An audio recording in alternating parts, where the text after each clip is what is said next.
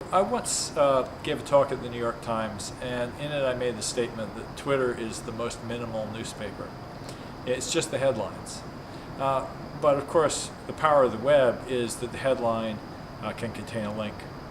And in some sense, Twitter runs the gamut. It starts with kind of the personal stories of people. Here's what I'm doing today. I literally was drawn into tweeting by the number of followers that I had.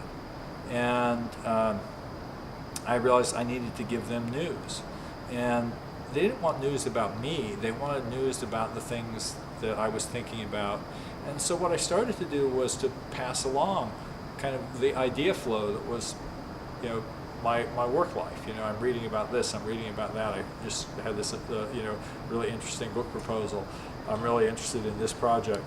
And I realized, of course, I couldn't feed that many things through my personal tweet stream. You can only, put out at most 15 or 20 a day without overwhelming, your followers. When I retweet someone, I'm actually doing the same thing I do when I publish an author. I'm saying this person is good; they're worth paying attention to. And so a lot of my tweets are actually retweets of other people, so that they can see the work of the people around me. The job of a publisher is to be the amplifier of a community.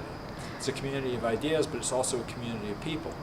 And this is where I think a lot of old media goes wrong. If you look at the New York Times news feed, for example, the Twitter feed, it's just their news.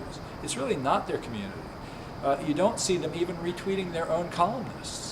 You think if in the New York Times you saw them retweeting Tom Friedman or Nicholas Kristof, that would be great because more people would go, oh wait, those guys are associated with the New York Times. You think that they would actually occasionally retweet people commenting on New York Times stories. They could bring their community into it. I think it'd be a fantastic way to build not just their traffic, but the strength and the vibrancy of the community they're part of. And that's what I'm trying to do at O'Reilly. I try to bring in the people who work for me. I try to bring in the people who I pay attention to. And I also spend a lot of time just responding to complete strangers.